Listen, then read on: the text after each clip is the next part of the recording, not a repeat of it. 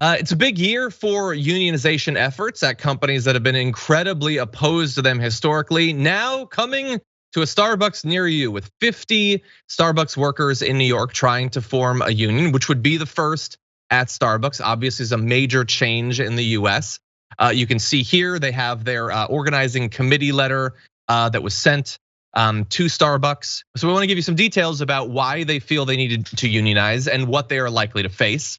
The Guardian, by the way, has done great work on summarizing their demands and all that. Alexis Rizzo is one of the founding members of the organizing committee. She's worked at Starbucks for 6 years since she was just 17. She says that it's an effort to improve a workplace she enjoys working in.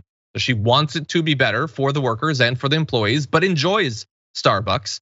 She says, we've been called Starbucks partners and we want to become real partners, to be able to have a voice, to make our job better and to make our customers' experience better.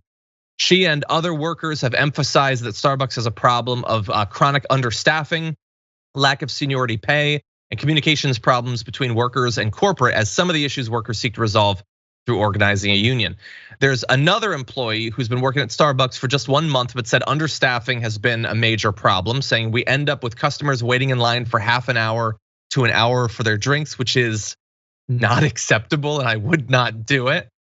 But what you should know is that Starbucks does have a history of opposing union organizing efforts, including earlier this month. An administrative law judge ruled that Starbucks had illegally fired 2 workers in Philadelphia in retaliation for union organizing. And the former CEO Howard Schultz lobbied Congress against labor law reforms while at the helm of Starbucks, aggressively fended off unionization campaign stores in previous years. And so obviously because of this, they're saying right now, as they're doing this organizing, that they want Starbucks to engage with them in a serious legal way. Good luck with that. What do you think? Howard Schultz, the venti douchebag of politicians / oligarchs.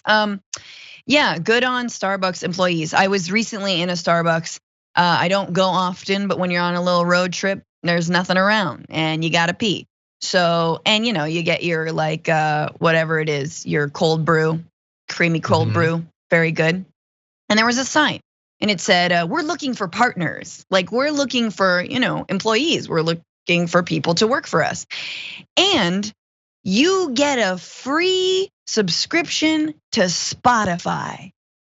That's just one of the many perks for working at Starbucks. That is cruel. I'm sorry. That is a BS perk. That is cruel. That's a slap in the face. Starbucks employees want to unionize. They want respect. They want to be able to know what their hours are going to be. They want to know that they're not going to be yelled at by customers because they're not understaffed. And by the way, they're telling people to wear their masks constantly. They're putting themselves at risk by even going in a pandemic, right? And so yeah, Starbucks tries to be the progressive corporation. It's like, oh yeah, $15 an hour, et cetera, et cetera, et cetera. Or I believe 12 to, it's on the upper echelons of the minimum wage in a lot of states. So then unionize, bro. What are you afraid of? Yeah, and by the way, this is a reminder that while obviously wages and other forms of financial compensation can be a big part of why some people want to unionize, it is hardly the only reason. Things like the fact that there's chronic understaffing, making the job more difficult, making the experience for customers worse. That's not strictly speaking a compensation thing. But it's a workplace like mental health and safety and all that thing. Like these are the sorts of things that unions can be necessary for. We focus on wages, I think rightfully so, because so many American workers are underpaid, but that is just the beginning. Now that said, a spokesperson for Starbucks says, while Starbucks respects the free choice of our partners, we firmly believe that our work environment, coupled with our outstanding compensation and benefits, makes unions unnecessary at Starbucks. We respect our partners' right to organize, but believe that they would not find it necessary given our pro-partner environment. Well, they seem to disagree.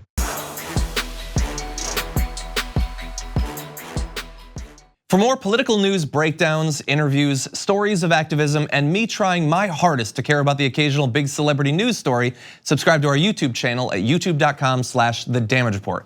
And you can ring the bell wherever it is so you don't miss anything.